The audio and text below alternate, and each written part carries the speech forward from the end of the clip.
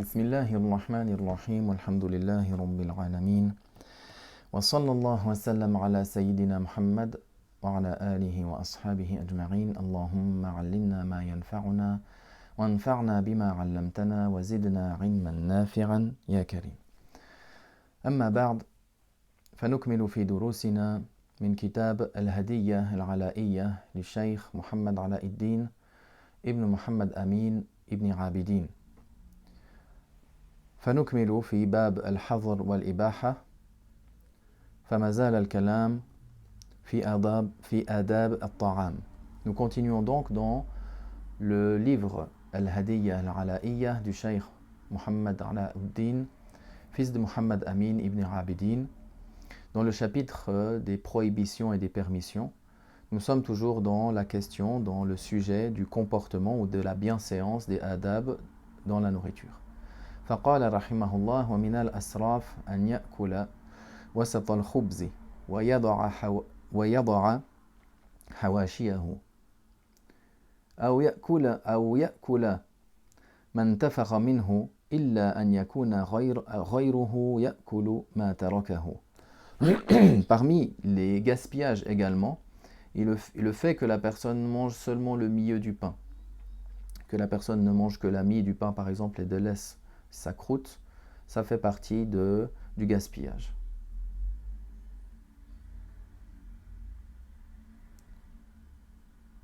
Ou alors il ne mange que la partie qui est épaisse.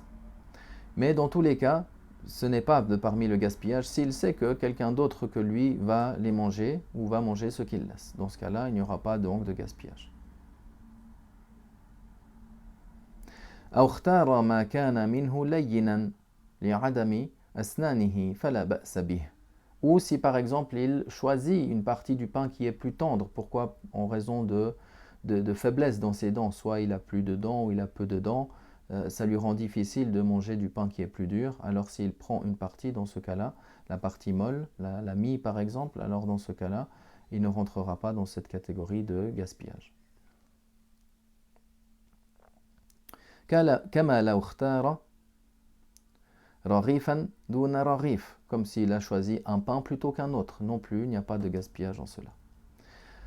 ويكره إلقاء الخبز على الأرض. Également, de parmi les choses blâmables, c'est le fait de jeter le pain au sol. ومن إكرام الخبز ألا ينتظر الإدام إذا حضر وكان في بيته أما في الضيافة فينتظر الإذن.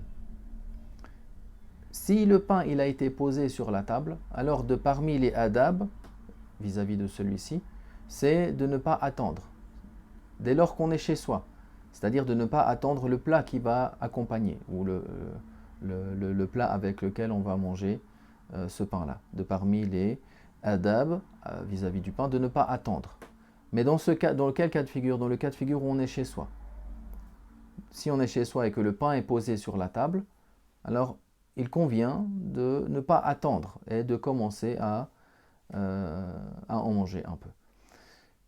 C'est pour cela qu'en général, on retarde le fait de mettre le pain sur la table au dernier moment.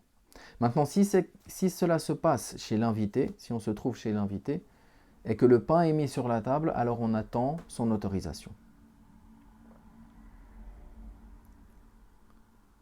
ولا يترك لقمة سقطت من يده فإنه إسراف بل يبتدئ بها. Également, si il mange du pain et que celui-ci tombe par terre, alors il ne laisse pas même cette bouchée-là qui est tombée, cette partie de nourriture qu'il a pris, si elle est tombée, il ne la laisse pas.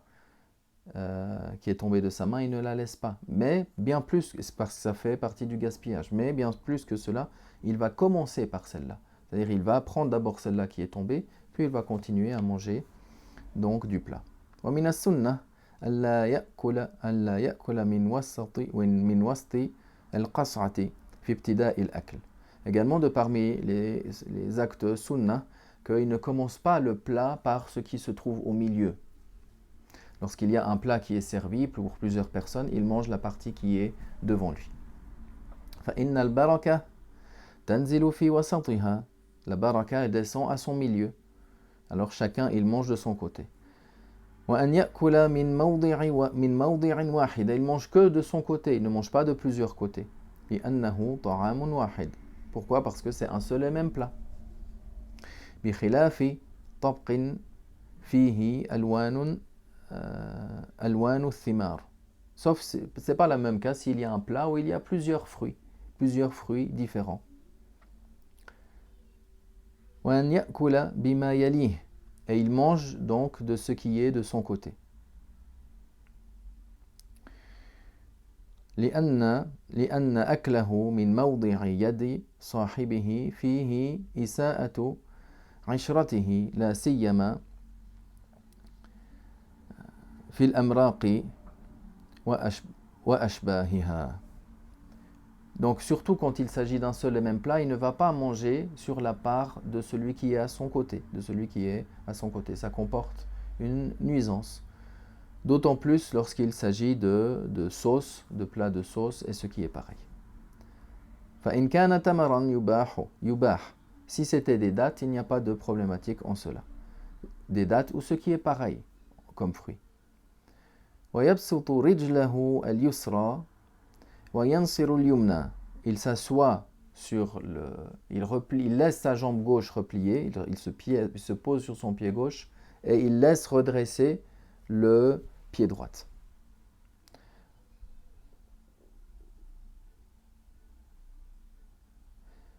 ولا يأكل الطعام حارا ولا يشمه. Et il ne mange pas la nourriture lorsqu'elle est trop chaude, ni non plus il la renifle, ni non plus il va la sentir. ولا يكره النفخ في الطعام إلا بما له صوت بنحو أف ويكره السكوت حالة الأكل لأنه تشبه بالمجوس ويتكلم بالمعروف. Il n'est pas déconseillé, il n'est pas blâmable de souffler sur la nourriture, sauf si cela provient avec un son, s'il produit un son lorsqu'il souffle sur sa nourriture. Mais il est blâmable de se taire lorsque l'on est en train de manger, de se taire complètement. Parce que cela est une habitude des majous, des mages. Et s'il parle, il parle un peu, et il parle en bien.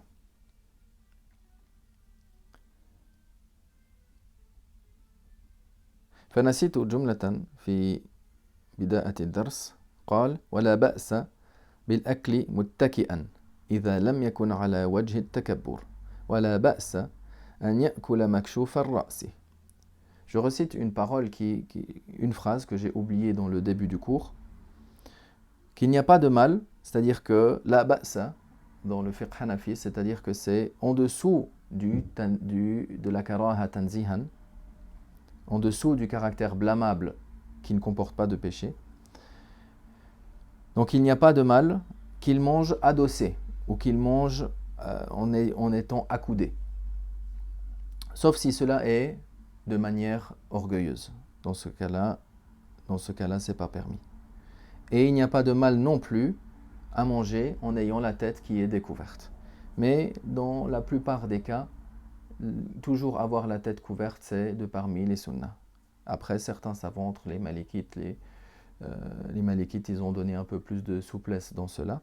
Mais les autres savants, ils ont été très fermes quant au caractère recommandé de toujours avoir la tête qui est couverte, que cela soit par un bonnet, que cela soit par une qalan soit ou autre, le fait d'avoir la tête couverte. Walhamdulillah wa sallallahu wa sallam ala rasulillah.